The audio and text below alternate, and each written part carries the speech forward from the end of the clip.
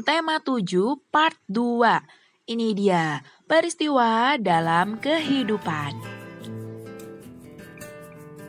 Faktor penyebab keragaman di Indonesia itu ada 3. Yang pertama, keturunan. Ini dibagi menjadi 2, ada ras. Papua Melanesoid, Negroid, Wedoid, dan Melayu Mongoloid. Yang berikutnya adalah suku. Untuk suku-suku di Indonesia bisa klik link di atas. Yang berikutnya adalah perbedaan kondisi geografis dan pengaruh budaya luar. Awalnya, kedatangan bangsa Eropa disambut baik oleh rakyat Indonesia. Namun, lama-kelamaan niat buruk mereka terkuak juga akibat dari mereka memonopoli perdagangan, mencampuri urusan kerajaan-kerajaan di Indonesia, membenci agama yang sudah ada terlebih dahulu di Indonesia, dan berbuat sewenang-wenang terhadap rakyat Indonesia. Peristiwa perlawanan terhadap Portugis terjadi di Malaka oleh Sultan Ali Muqayyad Shah dari Aceh, Sultan Alauddin Riayat Shah, dan Sultan Iskandar Muda. Kemudian di Maluku ada Sultan Hairun dan Sultan Baabullah dari kerajaan Ternate dan Tidore. Pahlawan dari berbagai daerah yang berjuang melawan Belanda. Teku Umar dari Aceh. Berikutnya ada Sisingamangaraja dari Sumatera Utara, Tuanku Imam Bonjol dari Sumatera Barat, Sultan Ageng Tirtayasa dari Banten, Pangeran Diponegoro dari Yogyakarta, Pangeran Antasari dari Kalimantan Selatan, Sultan Hasanuddin dari Makassar, dan Patimura dari Maluku.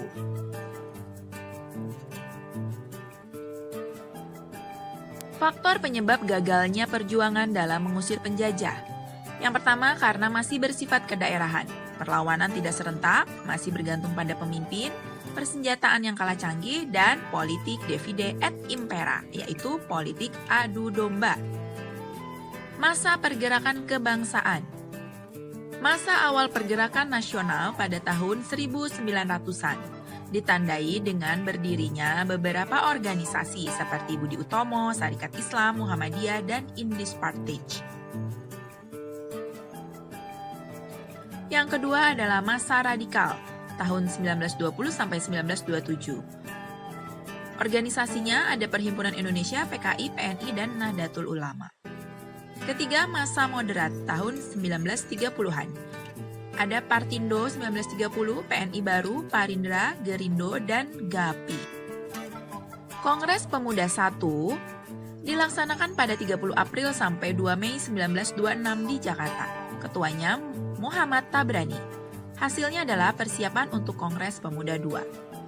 Kongres Pemuda II dilaksanakan pada 2 hari nih, 27 Oktober dan 28 Oktober 1928. Ketuanya adalah Sugondo Joyo Puspito.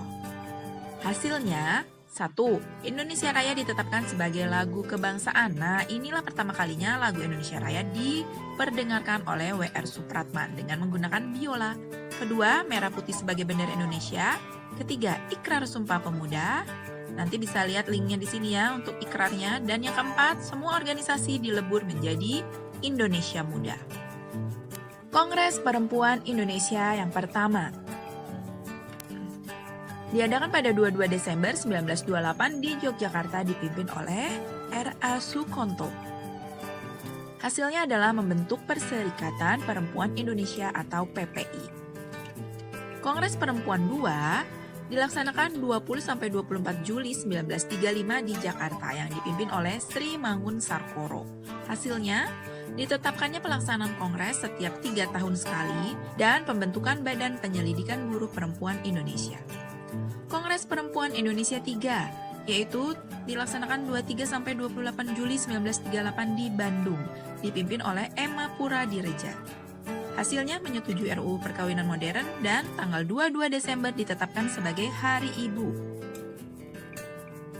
Wawancara adalah kegiatan mencari informasi dari narasumber. Hal yang dilakukan sebelum wawancara yang pertama, menentukan narasumber dan membuat daftar pertanyaan. Berikut ini kata baku dan tidak baku yang ada di dalam bacaan pada buku tema 7 ya. Silakan dibaca dan dihafalkan.